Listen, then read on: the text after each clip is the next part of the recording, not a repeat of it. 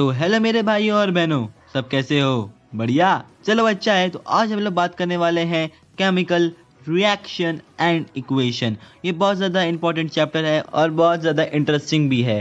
तो ये बहुत ज़्यादा इंपॉर्टेंट पार्ट है क्योंकि जो इसके जो आप थ्योरी है वो आने वाले चैप्टर में बहुत ज़्यादा यूज़ होंगे। तो गाइस मेक श्योर आपने फर्स्ट पार्ट देखा होगा, जिसका मैं आपको लिंक डिस्क्रिप्शन में दे दूंगा और आप जाकर देख लेना, क्योंकि कोई भी कॉन्सेप्ट मिस नहीं होना चाहिए।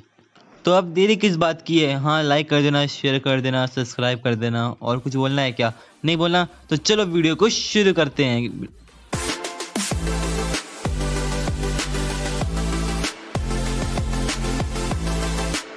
इस वीडियो के खत्म होने तक आप लोग केमिकल इक्वेशन बनाना अच्छे से सीख जाओगे। तो केमिकल इक्वेशन बनाने के लिए जो बहुत इंपॉर्टेंट रोल प्ले करता है वो करता है ये एरो। ये कैसे एरो बहुत ज़्यादा इंपॉर्टेंट भी है। तो कैसे एरो करता क्या है? तो कैसे एरो रिएक्टेंट और प्रोडक्ट को क्या करता है? अलग अलग कर देता है।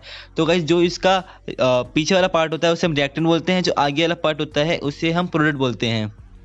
तो आगे वाले का नाम है हेड और पीछे वाले का नाम है टेल। तो ये दोनों रिएक्टेंट और प्रोडक्ट को अलग अलग कर देते हैं। तो प्रोडक्ट साइड होता है हेड और रिएक्टेंट साइड होता है टेल। तो चलो इसी के साथ एक एग्जांपल लेते हैं और इन चीज़ों को अच्छे से समझते हैं। H2 plus O2 gives that H2O। H2 में लिखा नहीं है। तो कहीं जो पीछे वाला है जिसे हम टेल बोलते हैं वो क्या हो जाएगा? रिएक्टेंट। और जो आगे जो बनेगा H2O वो क्या हो जाएगा? प्रोडक्ट। आपको अच्छे से समझ में आ गया होगा, आई होप। अगर नहीं आया तो फर्स्ट पार्ट देख लो, उससे मैंने अच्छे से बात की है इस टॉपिक के रिलेटेड। तो एरो क्या करता है, मुझसे कुछ पॉइंट्स जान लेते हैं। तो एरो सेपरेट करता है रिएक्टेंट और प्रोडक्ट को। तो हम लोग रिएक्टेंट को लेफ्ट हैंड साइड लिखते हैं प्लस साइन के साथ और प्रोडक्ट को राइट हैंड साइड लिखते हैं प्लस साइन के साथ। जैसे कि Mg plus O2 gives that MgO।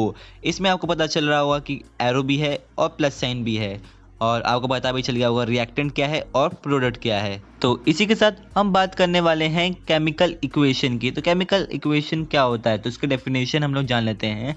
The symbolic representation of a chemical reaction is called chemical equation.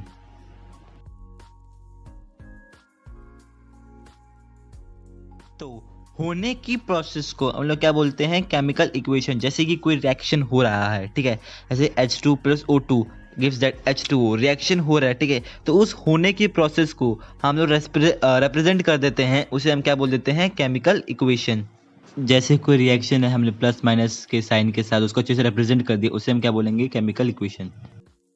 तो अब हम लोग बात करने वाले हैं types of chemical reaction on the basis of heat. तो इसमें दो हैं, एक है एंडोथर्मिक केमिकल रिएक्शन और दूसरा है एक्सोथर्मिक केमिकल रिएक्शन, और ये दोनों ही बहुत ज़्यादा इम्पोर्टेंट है।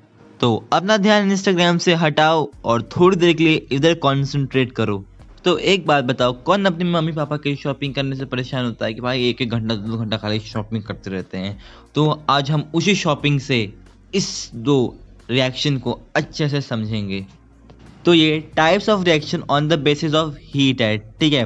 तो पहला है एंडोथर्मिक और दूसरा है एक्सोथर्मिक। थर्मिक का मतलब होता है हीट, ठीक है। तो तुमने देखा होगा जब तुम्हारे पापा या फिर मम्मी सब्जी लेने जाते हैं तो वो आलू मांगते हैं शॉपकीपर से, आलू कितने का, ये कितने का है। तो क्या करता है वो शॉपकीपर? आलू देता है, ठीक है, और तुम्हारे मम्मी पापा क्या कहते हैं? लेते हैं। तो उन सब्जियों को तुम्हारे पापा या मम्मी क्या करेंगे? खाना ही बनाएंगे, ठीक है। तो क्या किया शॉपकीपर ने? समझ लो खाने को हीट दे दो, हीट से रिलेट करो, ठीक है। तो शॉपकीपर ने हीट दिया, तुम्हारी मम्मी ने, तुम्हारे पापा ने हीट लिया। तो एंडोथर्मिक वही होता है, ऐसी टाइप की रिएक्शन जो हीट को एब्जॉर्ब कर लेती है for the formation of product, उसे हम क्या बोलते हैं? Endothermic chemical reaction. तो अब हम देखते हैं एक्सोथर्मिक केमिकल रिएक्शन। तो एक्सोथर्मिक क्या हुआ? हीट को रिलीज किया, शॉपकीपर ने क्या किया? खाना सब्जी दिया। किसको दिया? मम्मी पापा को दिया, ठीक है। तो क्या हो गया? Exothermic chemical reaction. तो चलो एक एक एग्जांपल लेते हैं और इससे आप अच्छे से समझ पाओगे। तो पहले हम एग्जांपल लेते हैं एंडोथर्मिक का। तो AgCl, जैसे हम इसको हीट देंगे तो Ag प्लस Cl में ब्रेक डाउन हो जाएगा, ठीक है। तो आप एंडोथर्मिक का डेफिनेशन याद करो, आपको अच्छे समझ में आ जाएगा ये एग्जाम्पल भी, ठीक है। तो ये जो ट्राइंगल टाइप का बनाया है वो सिंबल है किसका? हीट का। तो अब हम देखते हैं एक्सोथर्मिक केमिकल रिएक्शन। तो CH4 plus O2 gives that CO2 plus H2O। तो और हीट क्या होगी? रिलीज होगी एक्सोथर्मिक केमिकल रिएक्शन में। तो अब हम आगे बढ़ते हैं स्केलेटन केमिकल इक्वेशन। तो स्केलेटन केमिकल इक्वेशन होता क्या है? तो जो अनबैलेंस केमिकल इक्वेशन होता है, उसे ही हम स्केलेटन केमिकल इक्वेशन भी बोलते हैं। तो अनबैलेंस केमिकल इक्वेशन क्या होता है? तो ऐसे समझते हैं कि जैसे कि मेरा ये दोस्त है, तो मेरे दोस्त के पास अपनी एक क्रश है, मतलब कि जीएफ है। तो वो उसके साथ काफ़ी मज़े करता है और उसी के उल्टा साइड मैं हूँ, जो कि बिल्कुल सख्त लौंडा हूँ, जिसने आज तक एक भी लड़की नहीं पटाई। हाँ, वो बात अलग है कि आज तक एक भी लड़की नहीं पटी। चलो कोई ना, होता है यार। तो अच्छा तुम बताना, तुम्हारे पास गर्लफ्रेंड है कि नहीं है? अगर नहीं है तो तुम हमारे साइड से सही हो, अगर है तो भाई क्या ही बोले।